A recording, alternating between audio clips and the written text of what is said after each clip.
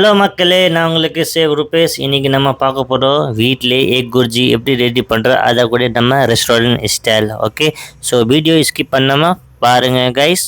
நான் கொஞ்சமாக போட்டிருக்கேன் ஆயில். ஓகே, ஒரு ஃப்ரை பேனில் ஆயில் போட்டிருக்கேன் கைஸ்.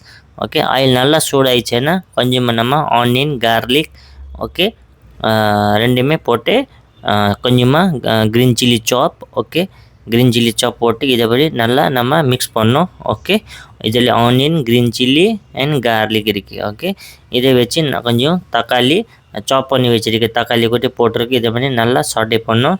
நல்லா இதை நம்ம வேக வைக்கணும். ஓகே, ஸோ இங்கே பாருங்கள் நான் எப்படி பண்ணுறேன். நீங்கள் கூட இதே மாதிரி வீட்டிலே கண்டிப்பாக ரெடி பண்ணி சாப்பிடுங்க இந்த மாதிரி ரெசிபி. ஓகே, ஸோ நிறைய ரெசிபியில் எடுத்தோட இங்கே பாருங்கள் ஆனியன் ஆயில் ரொம்ப கம்மியாக இருக்குது. ஸோ ஆயில் நிறைய சாப்பிடக்கூடாது. ஆயில் சாப்பிட்டோன்னா நம்ம உடம்புல ஃபேட்லாம் ஜாஸ்தி ஆயிடும். ஸோ இதை எல்லாருக்கும் தெரியும், பட் நான் சொல்கிறேன் கைஸ். ஓகே, ஸோ இந்த மாதிரி இங்கே பாருங்கள் எப்படி நான் பண்ணுறேன்.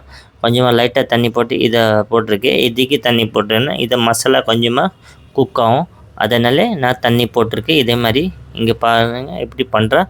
நீங்கள் இதே மாதிரி பண்ணி வீட்டிலே கண்டிப்பாக சாப்பிட்டு பாருங்கள் கைஸ்.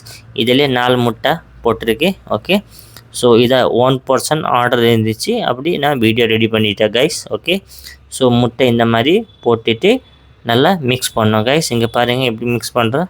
அதே மாதிரி மிக்ஸ் பண்ணோம். ஃபயரில் வச்சுருக்கேன். இங்கே பாருங்கள் சூப்பராக இருக்குது. ஸோ இதே மாதிரி கொஞ்சம் கொஞ்சம் நம்ம மிக்ஸ் பண்ணிக்கலாம் கைஸ். அப்புறம் தான் நம்ம எக் குர்ஜி நல்லா ட்ரையாக பண்ணோம். அப்புறம் தான் நல்லா ஃப்ளேவர் கிடைக்கும், நல்லாயிருக்கும். இதை ஆனியன் தக்காளி அப்புறம் க்ரீன் சில்லி எல்லாமே முட்டை உள்ளே நல்லா மிக்ஸ் ஆகணும். அப்போ தான் நம்ம எக் புர்ஜி வேறு லெவலில் இருக்கும். இதை நம்ம சைடிஷ் கூட எடுத்துலாம் சாப்பிட்லாம். ஓகே, இப்போ கொஞ்சமாக போட்டிருக்கு jeera powder. Okay, jeera powder போட்டு மிக்ஸ் பண்ணியிருக்கு. ஓகே, ஜீரா பவுடர் வச்சு இது ஸ்லோ ஃப்ளேம்லேயே நம்ம குக் பண்ணுறோம். கொஞ்சமாக கொரியண்டர், கொஞ்சமாக நம்ம தேவை இருக்குன்னா சால்ட்டு.